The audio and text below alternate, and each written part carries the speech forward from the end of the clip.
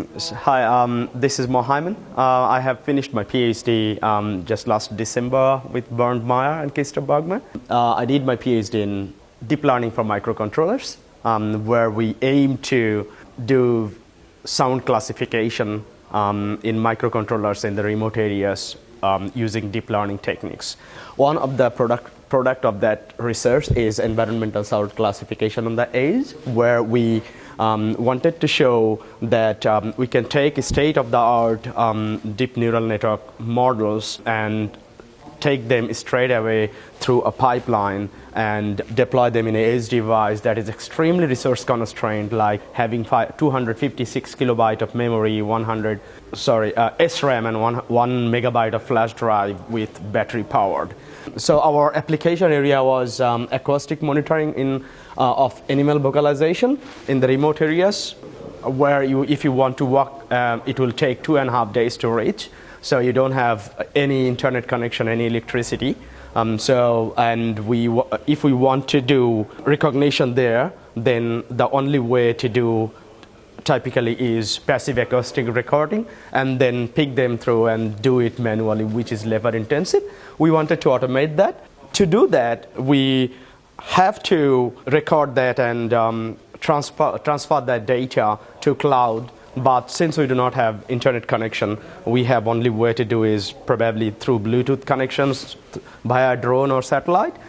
If we do satellite and drones, then we don't have the capability to transport that vast amount of data. So what we do is you want the result. So you do that in the local device. How we do that? So we design a baseline architecture and then we compress that network. So the baseline architecture is this. That has it has a number of convolution layers like VCC network. So after the input layer, we have 2 convolution layers, and then we swap the access, and then we have a VCC network type of architecture. And after that, instead of having 3 dense layers with huge amount of parameters, we have only 1 dense layer with the neurons. The output neurons are equals to the number of classes, so which is extremely small. The whole network size is 18.06 megabyte with 4.74 million parameters and 544 million flops. That is a state-of-the-art network on 3 data sets, which is environmental sound classification with 50 classes and urban sound 8K and audio event data set.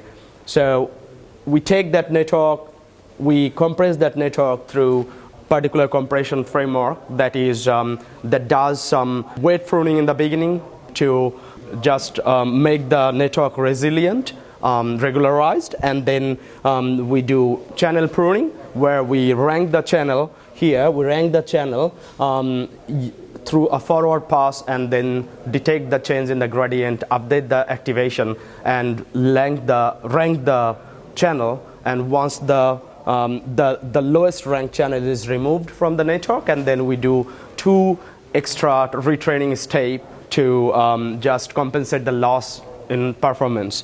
And by that, until we reach to the target size, we keep doing the pruning. So our target size was having a network at around 500 kilobyte of size. So after that compression, so we had initially we had around 2074 filters, and after compression we have only 415 filters.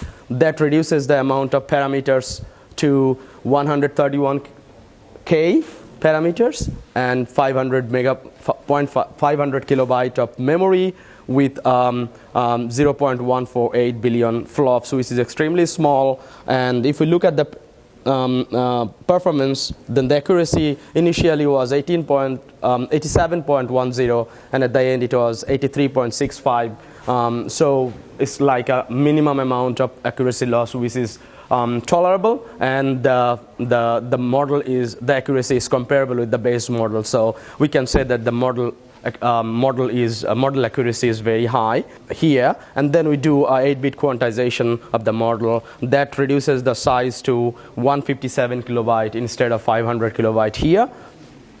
And then we after quantization, we have 81.5% accuracy, so which is still comparable.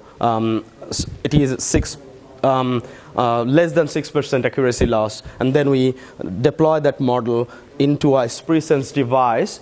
Although the SpreeSense device does have 1.5 megabyte of flash SRAM, but we use this because it produces better input equipments like better microphone and better camera. But you know the model size is 157 kilobyte, which is easily deployable to a device having 256 kilobyte memory. In conclusion, we could say that probably when we do a real deployment in the field, we will do the quantization by our hand, so that we do not have the problem that TF Lite Micro gave us when we tried to generate the deployable code. Maybe we can consider this problem as an optimization problem, the architecture sourcing technique, and we can see how if we can get a better architecture through optimization by considering it as an optimization problem and architecture source problem. Thank you.